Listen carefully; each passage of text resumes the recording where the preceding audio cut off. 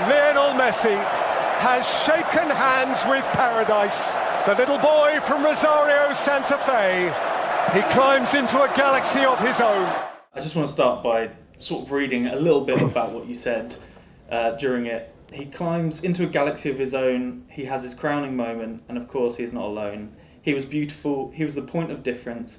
He has always been the point of difference. How was it being at that World Cup final, seeing him finally lift that trophy? It's funny, you know, since that happened, the previous World Cup final, which was my first in 2014, I've seen played back.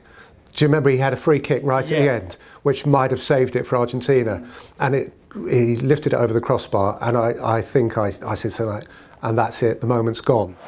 It is now or it is never, on behalf of every little boy wearing his shirt. Lionel Messi, no, it's got away. That's been thrown back at me as, oh, well, he got that wrong, didn't he? so there you are.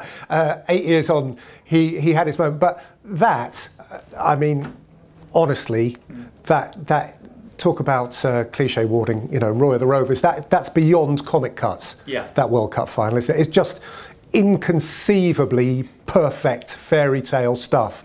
Mbappe, Messi, and so much more. Lionel Messi stares up at his final peak. Kylian Mbappe prowls in the foothills of greatness. From River Plate to the banks of the Seine, our planet unites around its ultimate game. Messi against Mbappe, Mbappe gets a hat-trick, Messi gets the World Cup, and it's a penalty shootout and so much else. And actually, I was, as you are, nervous going into that World Cup final, and I was working with Alan Smith off Sky, who I'm looking forward to working with more.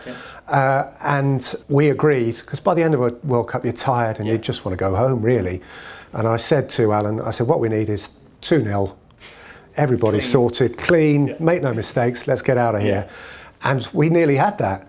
Well, you know, halfway through, we were starting to pack up at 2-0.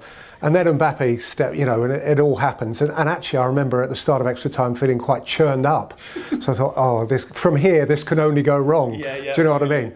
But mercifully, we seemed to get away with it. And it created, you know, everybody will have their own opinion. But I think in context, it's hard to believe that in living memory, there's been a better football match. You know, it's just ridiculous how perfect the narrative was. I remember doing Leicester's title day when they beat Everton at King Power. When they lifted the trophy then, I absolutely had to choke it back, because I thought, I'm a really sentimental guy. My family would tell you I'd cry, you know, I can cry at Coronation Street, but I can certainly cry at beautiful football moments, and that made me cry when they lifted the thing, and so did that. You know, there'll be people who say George Best was the best player of all time, you know, and there'll be someone who goes past Lionel Messi. There'll be people who say Stanley Matthews was the best player of all time, because how do we know how he would have done on a muddy pitch in Blackpool, and all of that stuff. But I happen to believe, just in terms of the evolution of the human race, that it's likely that technically and athletically, the human beings are getting quicker and faster and stronger and more skillful.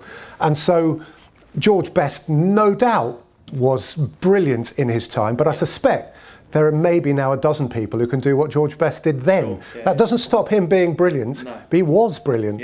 And maybe in another 30 years, we'll look back and say there are a dozen people who can do what Messi did. But right now, I think he must be, just based on what he's done.